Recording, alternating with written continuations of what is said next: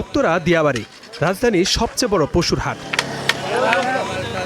ঢুকতেই শোনা যায় হাতুড়ি করাতের ঠকঠক শব্দ। চলছে শেষ মুহূর্তের প্রস্তুতি।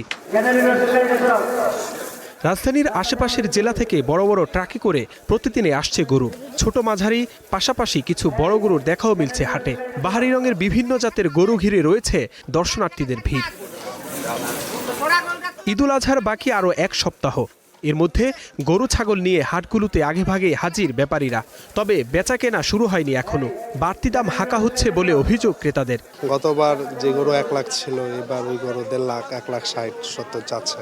আমি তো বলতে পারবো না ওনারা কেন দাম বেশি চাইতেছে, ওনারাই ভালো বলতে পারবে। বলছে জিনিসপত্রের দাম বেশি, জিনিসপত্রের দাম কি শুধু এই জায়গায় বেশি?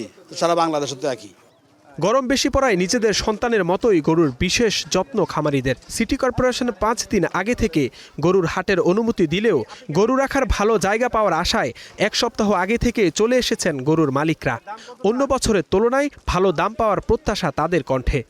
এবারে গরুর দাম আশা করা যাচ্ছে ভালো। গরমের জন্য চেষ্টা নিতে হচ্ছে, অনেক কিছু কষ্ট করা লাগছে গরু লিয়া। সাংঘাতিক গরমে তো তিরপল টানাইছি, লাস্টে না হলে পাখা দিয়ে বাতাস করি। পানি তো ডবল লাগতেছে, দেখো খাতিছি 1 মুঠ আর লাগতেছে, গরু লাগতেছে 2 মুঠ করে, জাপান লাগতেছে দুয়ারে, গরু অসুখ হচ্ছে না। খাওয়া খরচ বেশি, খাদ্যের দাম বেশি, আসা যাওয়ার ক্যারিং কস্টের বেশি, এই জন্য একটু গরুর দাম বেশি হবে। এই জন্য আসি আমরা, একটু জায়গাটা পজিশন মতো ভালো পাওয়া যায়, গরুগুলো খাস্তায় না থাকে। অতিরিক্ত গরমের কারণে গরুর গা বারবার ধোয়া লাগিচ্ছে, গোসল করানো লাগছে, গরুর গা পা মুছা দেওয়া লাগে।